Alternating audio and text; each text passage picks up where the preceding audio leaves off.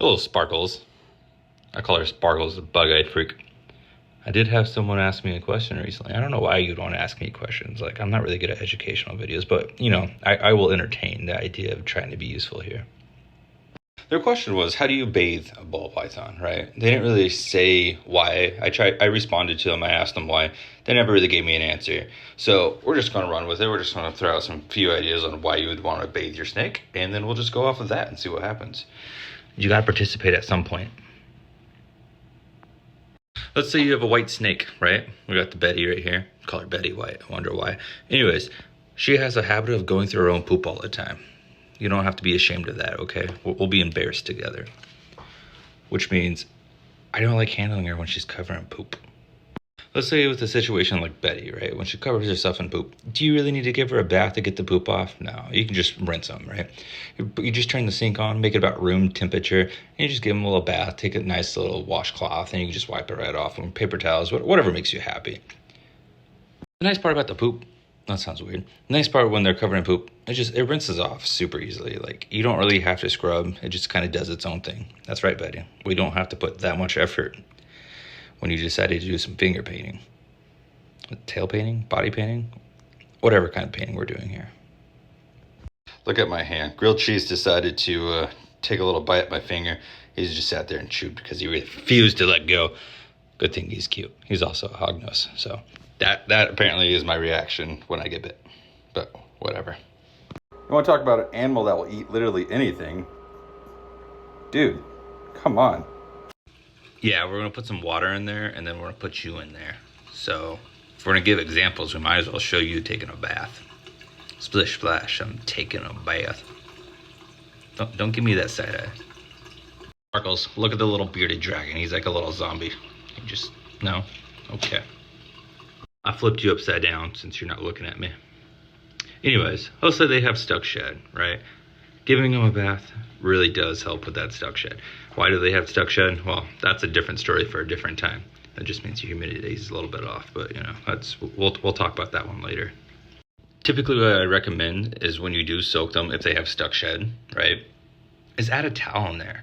Because when they're moving around and that shed's ready to come off after soaking for a little while, that shed will catch onto that towel and it'll gently pull it off, right? A little hand towel works too. Like, you don't need a big ass towel. If you want to put a big towel in there because your tub's big enough, go for it. But yeah, it just helps pull off that little shed. Are you ready to take a bath? Okay, don't panic. Okay, remember, you are on camera, so you need to act like a model and a professional and an actor. Okay, lights, camera, action. Are you ready? You're just gonna go like this. We're just gonna pick you up, and then you just gently put them in the water, right? So here's the thing. You want to put a lid on it. You can sit there. You can babysit too. You're allowed to come breathe if you want. You don't have to stay underwater. Just keep that in mind. But when you do put the lid on it, I always have holes in it. I mean, like, you're not going to keep them in there forever, but I still like to put holes in the background just so there's air coming in, right? Let's say you're a terrible owner and you happen to forget that your animal's in a container full of water. At least they're air holes. But also, with these tubs, you want to keep an eye on them to make sure that they stop making bubbles. Just come out. You just want to make sure they don't try to escape, because these tubs aren't the most secure. And then we don't want them getting stuck, because if you get stuck, you can die. That seems dramatic. But there is cases of animals dying from random things like that because they tried to escape. Or if your snake's dehydrated, guess what? You can put them in the bubbles. Bubbles. That was a lot of bubbles. There's just so many bubbles. You distracted me with all her bubbles. You distracted me with all your bubbles. How am I supposed to keep a serious thing going on when you're just making bubbles? So giving a bath, promotes hydration. A lot of people will take their animal and they'll give them a bath before they ship them off, right?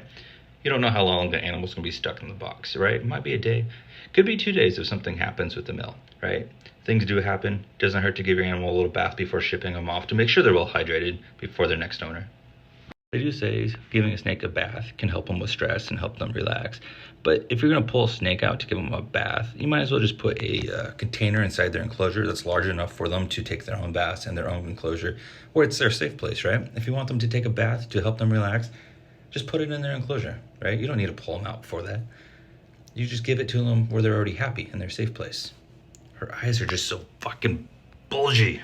Why? Sometimes people give snakes bath to help them poop too. Just in case you're wondering. Now would be a prime example. If you wanted to take a poo, you could do it now. And the best part is she's in water. It's not gonna get her dirty. It'll get her dirty, but like it won't be like Betty where it's smeared everywhere. It'll just come right off since we're in the bath. This is such a weird way of saying that. But yes, bathing helps with the poop. Let's focus on the last subject. I'm sorry, I didn't mean to spook you. But let's say you have mites, right? There's like a lot more to go with the whole mites thing, but soaking can help with mites. Like there's several steps that you can take for that. I'm not gonna go run through that right now.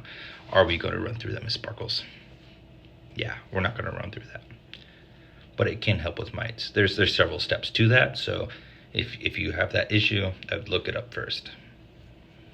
There's probably more benefits to it, but that's just the stuff I found really fast. They didn't really clarify on what they wanted for me to explain for the whole bath time thing. So yeah, there's a few reasons right there for you. So until next time, goodbye, Sparkles.